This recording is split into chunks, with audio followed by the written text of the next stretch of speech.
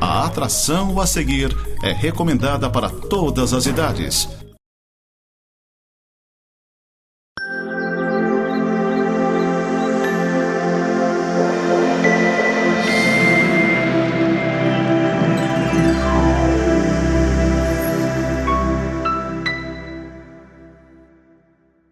Olá, seja bem-vindo ao programa Semeando para a Vida Eterna.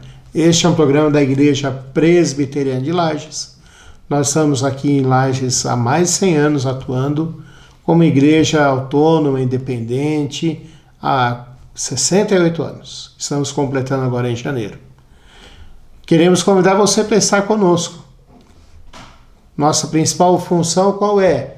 É estudarmos a palavra de Deus, mostrarmos o que Deus quer para a sua vida, quem é Deus e como Ele pode ajudar a transformar você. Como essa transformação vai ser importante na sua vida. Nós estamos na rua Fausto de Souza, número 353, ali no centro, quase esquina com a Correia Pinto. Nosso prédio é um prédio histórico, talvez você já tenha passado ali na frente. Nós estamos terminando uma restauração agora. Você é convidado para estar conosco. Eu quero meditar hoje com vocês sobre o livro de Êxodo e nós estamos vendo Deus se revelando ao povo de Israel na saída do Egito. E hoje eu queria pensar com vocês sobre a presença de Deus na vida daquelas pessoas. Eu quero ler com vocês o trecho da Bíblia que está em Êxodo capítulo 40, dos versículos 34 ao 38. Acompanhe a leitura que eu farei. Então a nuvem cobriu a tenda da congregação e a glória do Senhor encheu o tabernáculo. Moisés não podia entrar na tenda da congregação porque a nuvem permanecia sobre ela e a glória do Senhor enchia o tabernáculo. Quando a nuvem se levantava de sobre o tabernáculo, os filhos de Israel caminhavam avante em todas as suas jornadas.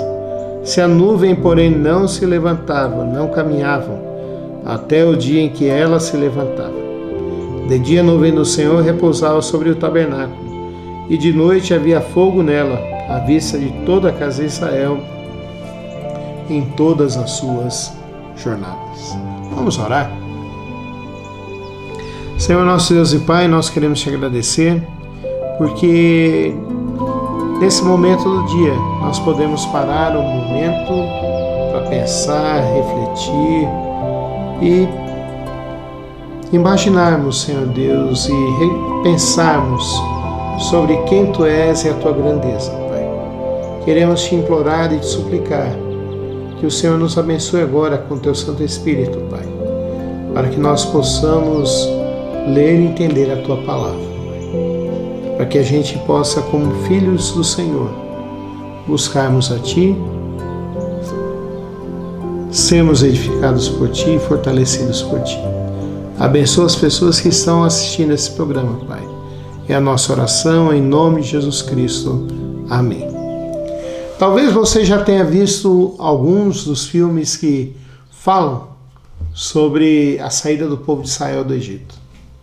Talvez você seja mais saudosista como eu e tenha visto os 10 mandamentos lá no passado da década de 60 e tenha isso na memória. Talvez você seja mais novo e tenha visto o Príncipe do Egito, que também vai falar sobre a saída do povo de Israel do Egito. Talvez você acompanhe as telenovelas da Record, que uma delas falou sobre isso, sobre a saída do povo de Israel do Egito. E a gente sempre para e pensa para refletir por que um povo migrou inteirinho de uma vez só para outro lugar. A gente começa a ver e perceber que Deus, lendo a palavra de Deus, lendo Gênesis e lendo Êxodo, que Deus mandou o povo de Israel para o Egito para que eles pudessem sobreviver. Um dos filhos de Jacó, José, foi levado para o Egito como escravo e Deus o abençoou e deu uma capacidade para ele de interpretar sonhos e de ser um bom administrador. E ele decifrou um dos sonhos de Faraó de que haveria 7 anos de muita fartura, mais 7 anos de muita escassez. E Faraó colocou sobre o Egito para administrar todos os armazéns, todos os celeiros do Egito, para que houvesse alimento para o Egito e pudesse vender e ficarem ricos. José, esse homem, fez isso. E um dia seus irmãos foram lá para buscarem mantimento para sua casa, para o seu povo, que naquela época eram 100 pessoas. José os perdoou porque eles o fizeram ser vendido como escravo. José os trouxe para ali para alimentá-los. E Deus fez com que José cumprisse uma profecia que tinha sido dada a Abraão 200 anos antes, de que o povo iria para o Egito e ali ficaria 400 anos. Ficaram ali 400 anos, ouviram e aprenderam de tudo no Egito, até sobre a religião. E os mais novos já não sabiam mais quem era o Deus único e verdadeiro. Deus agora tira eles do Egito, mas não bastava simplesmente tirar do local onde que eles viviam. Precisava mudar a mente e a cabeça deles agora. Porque eles eram pessoas que estavam acostumadas a pensar como os egípcios e a viver como egípcio, até na religião. E Deus queria um povo para ele. No livro de Êxodo, que eu li agora para vocês, Deus fala para Moisés de que eles seriam um povo de sacerdotes, um reino de sacerdotes dele. E agora Deus começa a trabalhar no coração deles para transformar a vida deles. Eles estão acostumados a ver os deuses ou ídolos egípcios parecidos como nós humanos. Se você for estudar a mitologia egípcia, você verá que os deuses egípcios são parecidos conosco. Tem corpo humano e uma cabeça de animal, ou um corpo de animal e uma cabeça humana. Às vezes eles idolatravam os animais mesmos. O rio Nilo, por exemplo, para eles era uma divindade. Faraó era uma divindade. Mas Deus se apresenta para eles agora como o Deus Todo-Poderoso, o Deus único e verdadeiro, o Deus que não muda. E Deus se mostra para eles como o Deus Todo-Poderoso na forma de uma nuvem e de uma coluna de fogo.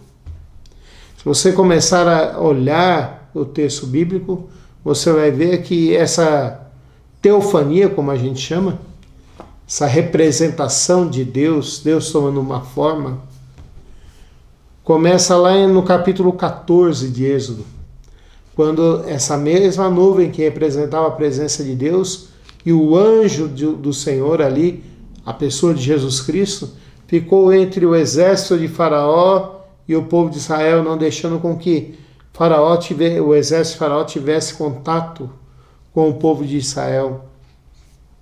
E agora eles começam a ver e perceber que a presença de Deus na vida deles era muito importante. A presença de Deus na vida deles era tão importante que eles chegam um momento que eles falam assim: se Deus não começar e não se movimentar, nós não vamos fazer nada. E aqui a gente vê que Deus tinha mandado Moisés e o povo de Israel fazerem um tabernáculo. Até esse momento da Bíblia, não havia nenhum lugar físico para representar a presença de Deus. Não havia nenhum lugar físico que o povo de Israel adorasse. Deus era adorado sempre num altar feito de pedras, onde que era queimado um animal. Podia ser um animal grande, como um novilho, podia ser um animal menor, como um carneiro, podia ser um animal menor, como uma pomba, mas tinha que ser queimado para ele. Sem defeito, o melhor que houvesse. Um animal de até 1 ano de idade. Macho. Era essa a especificação. Era assim que Deus era adorado.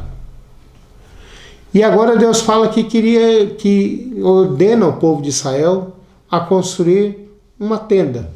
Eles estavam no deserto, viajando pelo deserto, e todos habitavam em tendas também. Deus também habitaria numa tenda. E ali representaria a presença de Deus no meio daquele povo. A partir do momento que a tenda foi feita, que o tabernáculo foi feito, o acampamento de Israel foi organizado ao redor desse tabernáculo.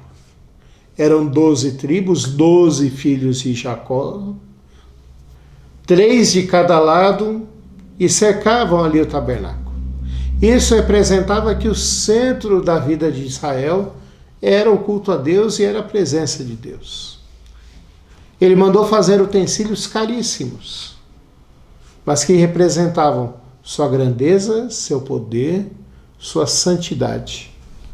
Todos feitos de folhados a ouro, banhados a ouro. Todos ali de extrema beleza. Uma arca que tinha 1,20 m de comprimento por 60 centímetros de largura. Uma mesa do mesmo tamanho, com 60 centímetros de altura. Um altar, um candelabro, tudo isso para representar a presença dele. Bom, mas quando esse altar, quando esse lugar foi consagrado a Deus, o que representava a sua presença agora era a nuvem durante o dia e uma coluna de fogo à noite, para representar o cuidado dele e a sua grandeza. Se a gente pensar no deserto, o que mais eu iria querer num lugar seco era uma sombra. Não sei se quando tu vai à praia, quando está um sol grande, a gente vai lá, mergulha no mar, volta, mas logo depois a gente quer um guarda-sol. Esses dias estava passando o nosso litoral e a briga no nosso litoral por um espaço para um guarda-sol. Nós queremos sombra quando não está muito calor.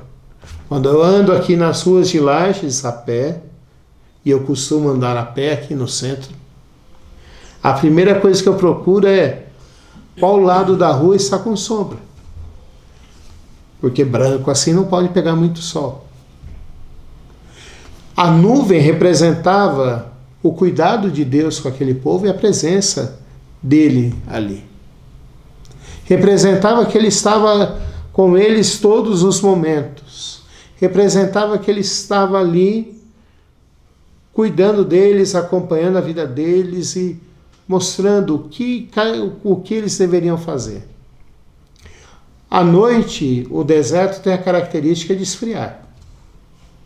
E a coluna de fogo à noite, ou a nuvem com fogo à noite, ela fazia com que houvesse aquecimento e que eles não precisassem de tantos cobertores ali. De novo, o cuidado de Deus conosco. Eu entendo aqui desse texto, desse momento aqui, é que Deus estava presente na vida deles, a todo momento, a todo instante. E hoje em dia, como que Deus está presente na nossa vida?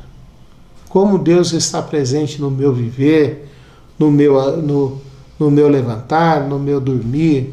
Como que Deus está presente conosco? Porque essa ideia do Deus distante não é o Deus da Bíblia. Nós lemos agora aqui, eu e você, vimos que o tabernáculo ficava no meio do acampamento. Depois, quando eles chegaram na Terra Prometida, a presença de Deus ficava ali no templo que foi construído. Então, Deus estava presente na vida deles, não só representado, mas a todo momento e a todo instante na vida deles. A ideia do Deus distante, da divindade distante, é uma ideia ocidental nossa, que os romanos, que os gregos, que os outros povos tinham. Na Bíblia, Deus está sempre presente na vida das pessoas. E hoje em dia, como que nós podemos ser isso? A gente percebe isso, vê isso nos evangelhos. Quando Lucas, quando Mateus falam sobre Jesus Cristo, falam que ele seria o Emanuel. Essa palavra que a gente tem até nome, né, Emanuel, hoje em dia no nosso meio, significa o Deus conosco. Jesus Cristo é o Deus conosco. Jesus Cristo é aquele que, a segunda pessoa da Trindade, que desceu da glória, deixou a sua glória para habitar entre nós. E veio cheio de graça e verdade. Graça do favor de Deus para conosco. Favor imerecido, favor que a gente não merecia, favor que a gente não sabe o que fazer, favor que a gente não entende direito, favor que nos mostra o caminho que nós devemos andar, favor que transforma a minha vida e perdoa os meus pecados. Favor esse que a gente precisa a cada momento. O Deus conosco, aquele que veio cheio de graça e verdade. Verdade por quê? Para mostrar o caminho que nós devemos andar. Jesus Cristo falou, eu sou o caminho, a verdade e a vida. Ele somente é verdade, por quê? Porque ele não passa. Ele não muda. É por isso que ele é a verdade. E o que é verdadeiro não muda. Por mais que as coisas possam alterar-se, o que é verdadeiro continua do mesmo jeito. Nós vemos aqui que Deus estava no meio deles através da nuvem do fogo. Hoje Deus está conosco através de Jesus Cristo. No Evangelho de João, no capítulo 16, ele fala assim, 14, 15, 16, ele fala para nós, eu irei para o céu e enviarei um novo Consolador para vocês. E ele habitará em vós. E onde ele estiver, eu também estarei. É interessante você parar, pensar e refletir sobre isso. Porque o que era antes representado através de uma nuvem ou através de uma coluna de fogo, hoje em dia é representado, não precisamos de uma representação física, mas ele está conosco dentro do nosso coração. Ele está habitando entre nós. Ele está comigo e com você. E ainda mais, a palavra de Deus diz para nós, uma promessa que Jesus Cristo fez, está registrada lá em Mateus, no último capítulo. Eis que estarei convosco até a consumação dos séculos. Muitas vezes a gente pensa, como perceber a presença de Deus na nossa vida hoje? Só tem um jeito de você sentir a presença de Deus na sua vida hoje. É você crendo em Jesus Cristo de todo o seu coração e confiando nele. Porque ele é o Deus conosco. Ele é o Emanuel. Ele é aquele que veio para nos dar vida. Aqui no passado ele estava representado uma teofania, numa nuvem e numa coluna de fogo. Hoje a presença dele é muito maior, porque ele habita em nós. O apóstolo Paulo fala lá em 1 Coríntios de que nós somos a habitação do Espírito Santo. Você entende o que é isso? Que se você crer em Deus hoje, você não precisa duvidar se Deus está presente na sua vida, porque ele estará. Porque se você crê em Deus e crê em Jesus Cristo, ele está habitando dentro de você. Olha só que gloriosa a diferença. Foi bom lá no passado? Foi. Mas hoje pode ser melhor ainda. Por quê? Porque ele habita em nós. Ele que veio cheio de graça e verdade para habitar entre nós. Eu queria que você, nesse momento do dia que você está ouvindo esse programa, assistindo esse programa, eu quero que você pare e pense. sobre como muitas vezes a gente fica duvidando se Deus existe ou se Deus está presente na nossa vida. Nós não precisamos disso. Creia em Jesus. Ele estará presente na sua vida. Creia em Jesus. Ele habitará em você. Creia em Jesus. Ele irá transformar a sua vida. O livro de Provérbios diz para nós: não seja sábio aos seus próprios olhos, mas coloque diante de Deus a sua vida.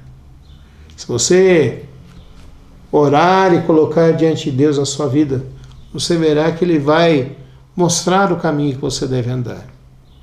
Você verá que Ele fará diferença no seu viver. Você verá que Ele vai te fazer uma pessoa diferente para a sua honra e para a sua glória. E a sua vida será melhor. Vamos orar?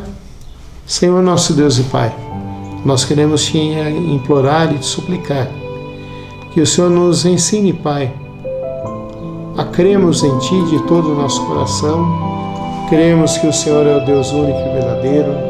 Cremos em Jesus Cristo. Cremos que Jesus Cristo habita no nosso coração. Cremos, Senhor Deus, que Ele faz diferença na nossa vida. Transforma o nosso viver, transforma o nosso ser.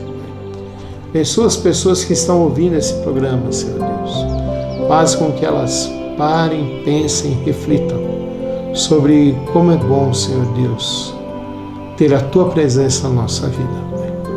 Abençoa aqueles que estão enfermos, seja do Teu querer, da Tua vontade, que o Senhor os cure. Afofe o leito daqueles que estão internados, Pai. Abençoa aqueles que estão desempregados. Abençoa aqueles que estão passando por problemas familiares, Pai. Cuida da nossa cidade, Senhor Deus. Faz com que haja crescimento, com que haja saúde, educação e vida aqui, Pai. Abençoa também, Senhor Deus, o nosso estado e o nosso país.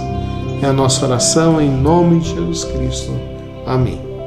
Quero convidar você a pensar conosco lá na Igreja Presbiteriana de Lages, Rua Fausto de Souza, número 353, lá no centro de Lages.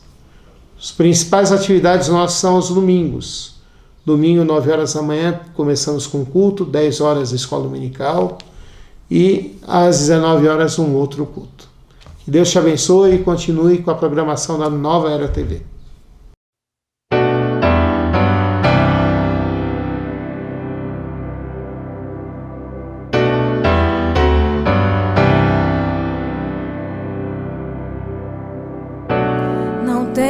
Sobre ti um só cuidado, qualquer que seja,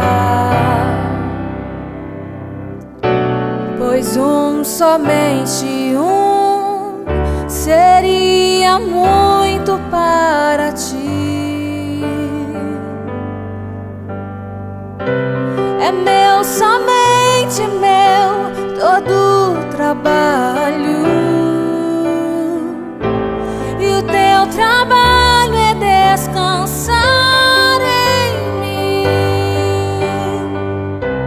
É meu, somente meu, todo o trabalho. E o teu trabalho é descansar em mim.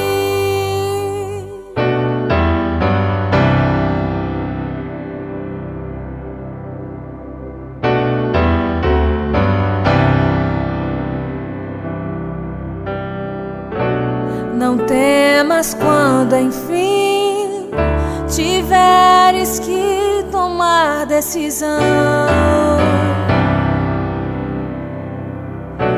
Entrega tudo a mim, confia de todo o coração.